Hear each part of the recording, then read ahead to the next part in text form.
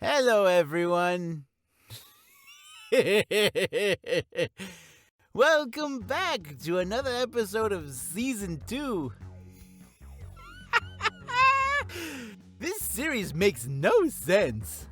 Last time, Max and Persons met with the sage, a large tree that spoke.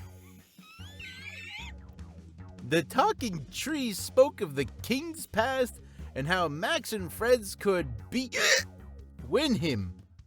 But all the storytelling and the power creeping that the tree was foreshadowing. Oops, did I spoil that? Anywho, it seemed to have scared Max or something. He seemed kind of odd, which caused him to lash out at me. Why did he do that?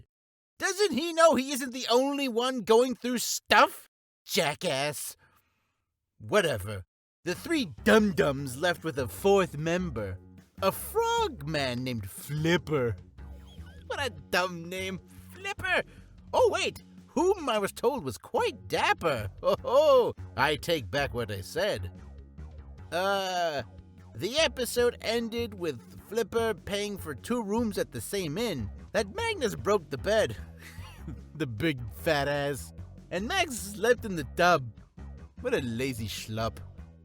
We're now on episode 17. Homesick. Hashtag relatable.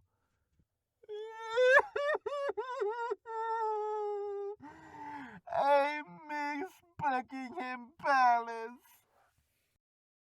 It's the dawn of a new day, and Max's party leaves the town of Anor to begin their travels to the capital city, where the evil king resides. Ooh, finally, we're going to the end. So, which way to the capital city then? Just follow the signs, son. Max looks up at the signs. There are 4 postings. Facing east is the Enchanted Grotto. More like the Dead Grotto, am I right? It's gone, the tree said bye-bye. You know, the place they were looking for the past couple of episodes? Like I said, bye-bye. I completely read over those lines, but, oh well. Turns out all they had to do was look up and follow the direction of the signs. Wow, I really misread all these lines. Good thing Mr. Cheese is out of town. Otherwise, he'd have my head on a platter. The second posting faces south, towards the previous town they were in, Riverward. Man, I really did like Riverward. Very peaceful, very serene, and not too typical or cliche. It was just right. And what was his name? Sir Vagina? No, that wasn't it. Whatever, I'm getting off topic. The third posting pointed west to the ocean of Brexalia. Oh, is that more foreshadowing? I don't know. I hope I don't come back for this series because, dear God, I need some money. Fourth sign points north, and it just plainly says, Evil King this way. Now that is something that needs to be done with every modern sign. It just needs to say, where you want to go? This way. Thank God. How fortuitous! The sign points us exactly where we want to go. Let us go, lads. And while we go, does anyone have a topic of conversation they want to chat about as we travel? I have plenty of interesting stories to tell, if you want to hear. But it does involve a lot of mountains that were in need of moving. That does seem rather intriguing. What about you, Callus or Max? Anything you want to chat about? Not really, no. There is something I wish to continue chatting about, as I found it very interesting. Max was telling me about something called a show back in his world. It's a form of entertainment, and the one in particular he mentioned was about a doctor that studied the mind that bears a resemblance to you, Flipper. I say, that does sound riveting. I would like to hear more of this doctor fellow. Shall we continue that conversation then? I don't know. It seems like it's lacking a lot of mountains, and the need for them to be moved. Oh, I don't know, Magnus. Apparently there's an older fellow in the show that is similar to you as well. Oh, really? All right then, I'll play along. What was the last thing you were talking about? I can't quite remember. I think Max was sharing how he was able to see this Frasier character's performance. Well, I'm already bored. Can you tell me more about the character that's like me? Sure, but Max has to tell it. The group look at Max, waiting for him to share more about something from his world. Excuse me. But he still seems preoccupied with other things, like being a jackass to me. Jackass. Callus uses his staff to nudge Max to get his attention. When his attention was grabbed, he turns to the others with a deadpan serious expression that seems unwilling to cooperate. Yeah, sounds familiar, jackass. I gotta stop saying that. It's making me very bored. You're like Frasier's dad, Magnus. He was part of law enforcement but got seriously injured, which forced him to go into an early retirement. It made him bitter at the start of the series, but as the show progressed on, he softened up and became a beloved character. His lifestyle is the complete opposite of Frasier and his other son, Niles. That contrast was half the reason why the show maintained its humor. He also had a dog that was his best friend, of whom he loved and cherished dearly, as did I and thousands of others. Wow, law enforcement, you say? He must have been one hell of a guy. The only thing that would have made him more interesting is if he could move mountains. What about me, Max? Which character from the show do I resemble? Hard to say. I guess I'd probably say Niles, Frasier's younger brother. He was smarter and always meant well, but sometimes his good intentions led to disasters, whether it was humorous or serious. Sweet! A young, smart stud. I like it.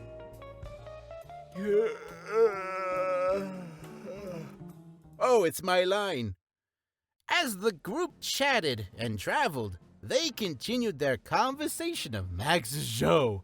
But somehow, you know how, the story or telling of the show was changed, altered, and made no sense. Kind of like the series. Although everything was altered and changed, Max didn't seem to show it to the others. But on the other hand, they could see clear as day that it weirdly bothered Max. But why? Why? It's like someone spat in his salad or something. They're just talking about a show, man. Wait, where did my accent go just there? I think I'm getting my American accent. Oh, thank God. This British one is driving me. Never mind, I don't want to finish that sentence. While they were chatting, he was contributing less and less to the conversation. And when he did, it seemed more dismissive, angry, or annoyed. How the hell could they tell? He's a whiny little bitch. I mean, baby. Sorry. The sun was still high in the sky, but it was past noon, and it was starting to set. It gave off that very, very typical, yet beautifully orange sky. Oh. Ooh, reminds me of an orange creamsicle. Those things are quite delicious, don't you agree?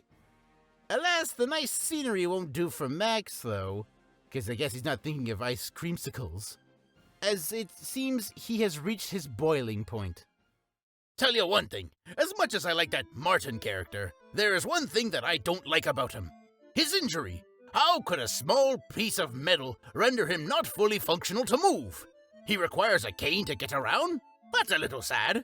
If it were me in that situation, I would have been able to recover in no time without impairment.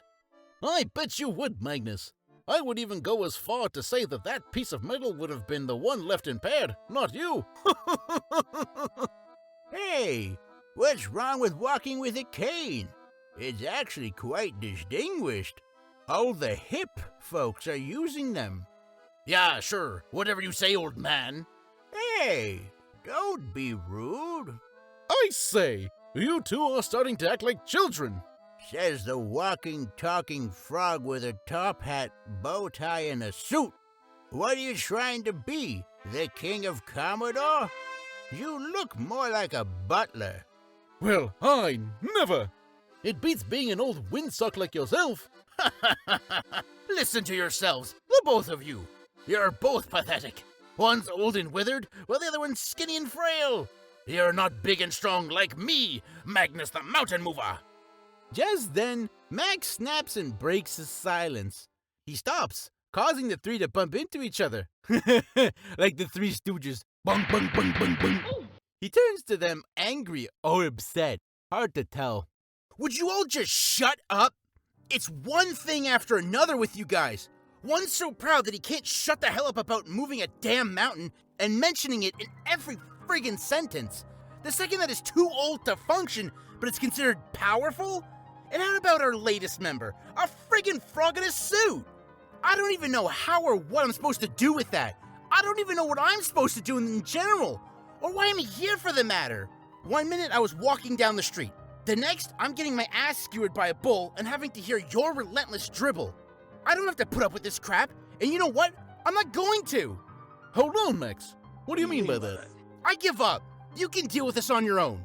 But wait, Max. Remember what the sage said. Screw the sage, and screw that worthless master of fates.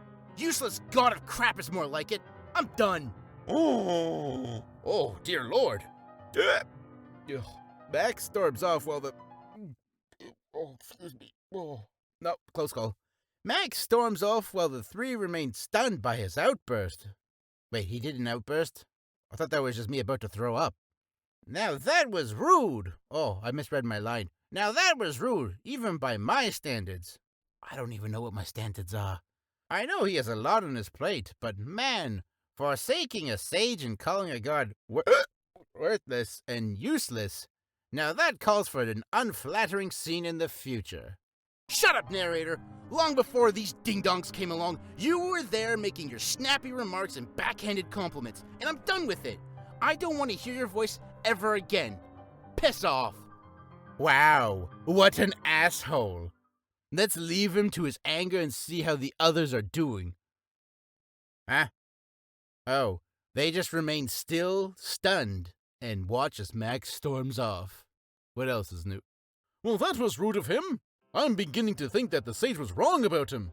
The sage was up there in age, older than you, Callus. He did tend to have some loopy ideas, so maybe his judgment of Max was wrong. I'll say, if I don't announce that I'm Magnus the Mountain Mover, then people are left confused when they see me. They need to know who I am. Easy, fellas, easy. I think what the sage said to Max before he passed finally dawned on him. Let's give him some time and space, and then I'll go and check on him later this evening. For now, let us set up camp for the night. By Jove! All right. Oddly, unexpectedly odd. Callus is being the most sensible and reasonable of the bunch. He's so compelling that the two actually agree.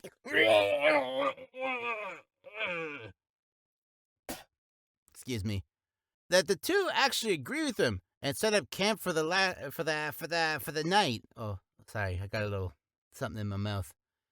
As night has fallen, the three share a meal from whatever wildlife they could hunt in the fields that they're in and chat amongst themselves.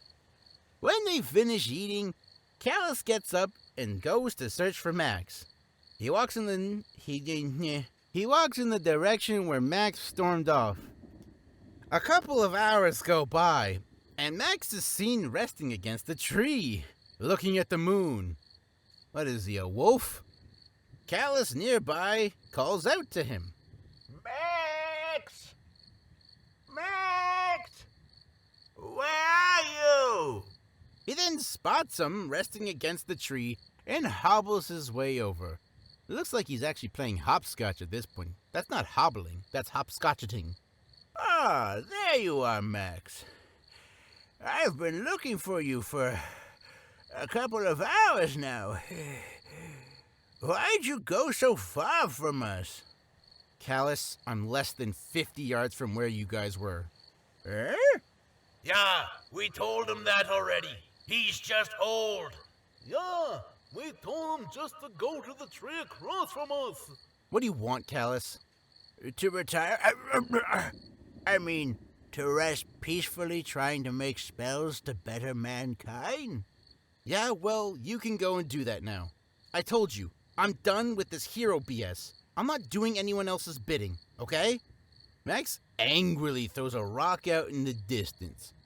It falls easy, but travels deep into the field. Like it's as easy as throwing a rock into an ocean, or as asking too much, or taking too much from someone. Wow, that's profoundly weirdly, well, not deep, but, profound. Screw it. What's your problem, Max? You've always had this cavalier attitude since we met, but you warmed up to me eventually, and same with Magnus, despite his short time with us. But since Flipper joined us, you've been on edge. Is he the problem? Do you have something against the frog people? Oh, no, it's not Flipper or frog people, but rather it's everything and everyone else. Since I've come here, it's been chore after chore, back-breaking, painstaking labor after labor. And what do I get for it? More work with a never-ending list that keeps getting longer, and the work keeps getting tougher and tougher. I miss my home, where no one ever expected anything of me. I did nothing. I bothered no one. I just sat in my comfortable little apartment watching old TV shows. Shows like Frasier? Yep, but no. I was beckoned by a lazy, inconsiderate god that won't intervene because it would interfere with mankind, thinking it would make them too reliant on God rather than personal efforts alone. After venting his frustrations and getting to the root of Max's problem, Callus can sympathize with Max. Well, yeah, he's an old fart. What do you expect? He takes a seat next to him and says nothing. Max looks over at him and is confused. Dude, just leave him alone. He's an old man. What are you doing? Nothing. I'm not doing anything. I'm not bothering you, and I'm not asking anything of you. I'll just sit here doing nothing with you, just like what you would be doing back home. For a little while, the two sit in silence as the night slowly passes on. Oh, I'm starting to slur. A couple of hours pass, and they go by, and both Flipper and Magnus have fallen asleep. But Max is still awake, sitting in his stupor, and Callus, amazingly, staying awake and saying and doing nothing. Sorry, I'm falling asleep here, folks. Callus, go away. Why? I'm not doing anything. Damn it, Callus! Just leave me alone! That's not happening, Sonny. I'm a member of your party, and party members look out for each other. We are not a party anymore! I left! We're disbanded! There is nothing! Nada! Niet! Niente! Capiche? Why is this bothering you? It seems to me that you've picked up where you left off before coming here. You said it yourself, that you did nothing but watch life go by. You weren't living by the sounds of it, but rather watching it flow right by you. Don't patronize me, you senile has-been. I don't need someone like you to give me a lecture. Ho ho! Touched a nerve there now, did I? Come on, Max. You know I'm right. You were doing nothing with your life, but as luck would have it, fate had other plans in store for you. Sure, it's a lot, but I think it's because you did a whole lot of nothing to make up for it. Despite hearing Max's trigger word, fate, loser, he remained seated in his sulking state. Yes, I agree. A lot has been asked of you, and you had to learn a whole bunch, but you did it anyway. You also did quite a bit if you were able to survive the wilds by yourself before finding me. And if you think about it, you have already completed about 80% of what was expected of you. All that's left is for you to make it to the capital city, infiltrate the palace, and defeat the king. So why give up now? Wait, hold on. Oh, I'm slightly awake now. Max sighs out loud for Callus to hear, not wanting to hear encouraging or reaffirming words from him. but rather he would sit and sulk like a child. But he can't help but understand what Callus is trying to tell him. He reluctantly responds. Reluctant. There's something about that word that makes me think of this story. It's just a lot to do. Yes, there's very little left, but what remains is a whole lot. Sure, getting to the palace will probably take another day or two, which is easy, but the next 2 steps are what I don't want to do. I just want to finish things as quickly and painlessly as possible and go home.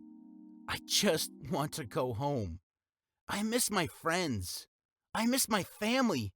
I miss my bed.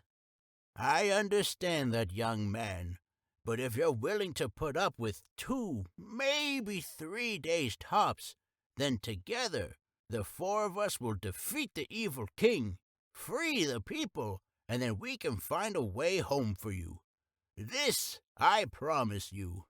Surprisingly, I wasn't expecting Callus to step up and be the man of the hour to rally our protagonist.